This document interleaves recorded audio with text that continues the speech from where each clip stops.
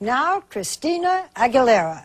She's one of the hottest young singing sensations around, a role model for millions of teenage girls. Some people say that's the problem. Why? Because the girl next door who climbed to the top has totally changed her image, from sweet and sexy to sizzling and steamy. Why did she do it? And how did she overcome a troubled childhood to become a recording superstar? Chris Cuomo has an exclusive interview with Christina Aguilera. And like the titles of her new songs, her new act is dirty and beautiful. Christina Aguilera, the little girl with the huge voice, rocketed to the top of the pop music world in 1999, with her first album selling over 12 million copies and winning the Grammy for Best New Artist. Aguilera was celebrated by fans across the world, the picture-perfect all-American girl. Yeah, come on. But just as she reached the top, the woman who could do this decided to do this, to destroy her squeaky clean image. They call you the all-American girl. Everything's going so good, you're such a success, why change?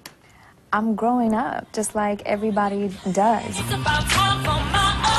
Quick were critics to condemn the piercings, pictorials, and posturing. I go back to Christina Aguilera because she's made a decision to appear as a complete slut as a role model.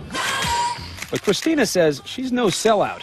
On the contrary, for the first time, she is refusing to fit the mold. Well, I mean, if they don't like it, they don't have to look at it. You know, it's just as simple as that. Growing up in the Rust Belt just outside Pittsburgh, Pennsylvania, Christina Aguilera's childhood was all about music. Singing would be a sword and shield for this little girl. Her family life was far from perfect. Her mother says she was often the brunt of her husband's violent temper. It was a very scary time. I used to sleep with mace under my pillow. Christina would whisper every single night, "Mommy, when can we go live to Grandma's? Can't we go tonight?" Broke my heart. Little Christina would run upstairs, shut the door to that world, and escape to where the hills were alive with the sound of music.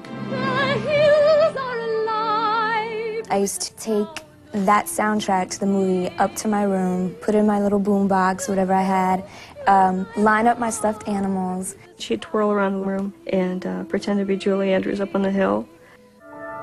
When Christina was only 5, mother and child fled the violence and moved in with Grandma in Rochester, Pennsylvania.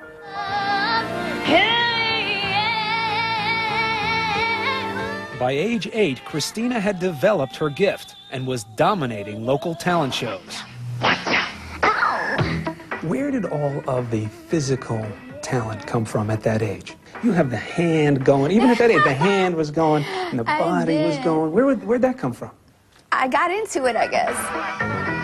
I just really got down. What kind of fool do you think I am? Christina wanted more, to sing at the biggest talent show in the world, Star Search. Please give an international welcome to Christina Aguilera.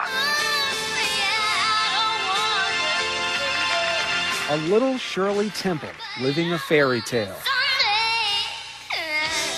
Christina made it to the final round against the reigning champ. Champion once again, Christopher Reese. But she lost. I was upset. I was upset. I'm not gonna lie, you know. I was crying, actually. I think she was a little ticked off at me because I made her still go over and congratulate him and shake his hand, because I figured if she's going to be in this business, that's part of the business. Back at school, there was little consolation. Christina was taunted by other students jealous of her success.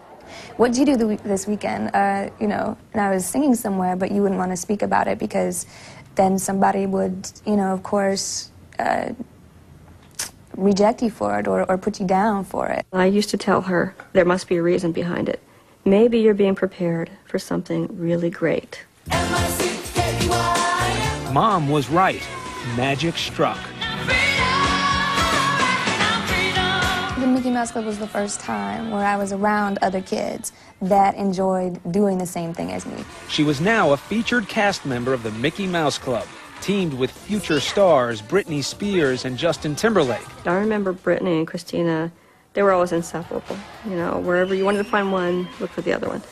But that happiness was short-lived. Now it's time to say goodbye. After just over a season, the show was canceled.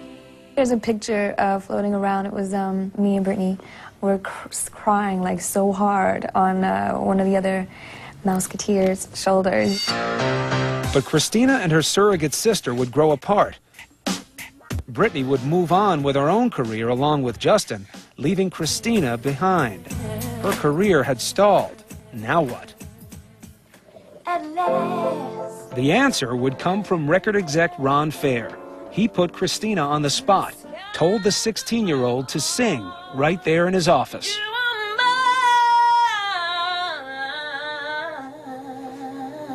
And she took this athletic stance and a posture and threw her head back and very proudly just, you know, pounded the song into my brain. It was like electrical impulse, like, and I realized, oh my God, I am in the presence of true greatness. Christina's big break would come in a phone call to Ron Fair from the makers of the animated film Mulan. I have this really problematic song. It's really rangy, nobody can sing it. The singer has to hit a high E, an octave above middle C in full voice. Fair told them he knew just the singer. So I called her up and I said, hey, Christina, can you hit the high E, an octave above middle C in full voice? And she said, Mom, can I hit the high E octave? She wasn't even sure herself. It's all about one note and being able to hit it.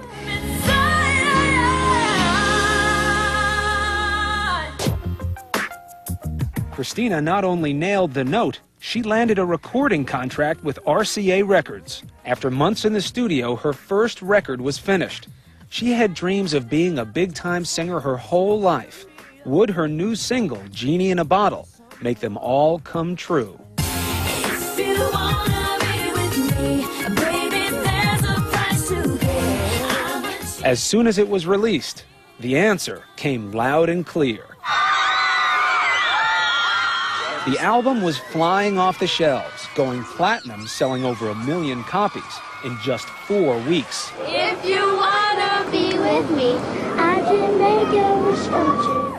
Was the initial rush of fame and stardom what you expected it to be? I really had no time to think, you know, whenever it all did explode, because I was just everywhere at once, you know, traveling, living out of a suitcase. When you get a hit that big, that fast, every kind of media is flying at you, every kind of request. Everyone wanted to capitalize on the instant success. Christina was living a dream, but working like a dog.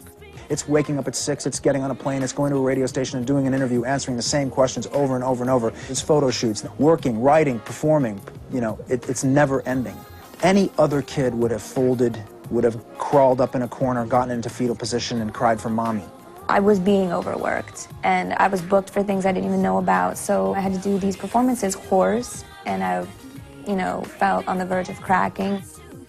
For all the success, Christina Aguilera wasn't happy. It wasn't just the work Christina dreaded, it was the direction. She had been fashioned into a neatly buffed pop princess, and she hated it. The genie was about to come out of the bottle.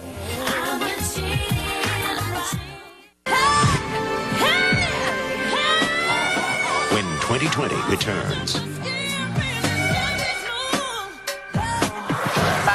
Want to at 21, just like, you know, any other person, you know, wear a short skirt if I want to, or no skirt. Next.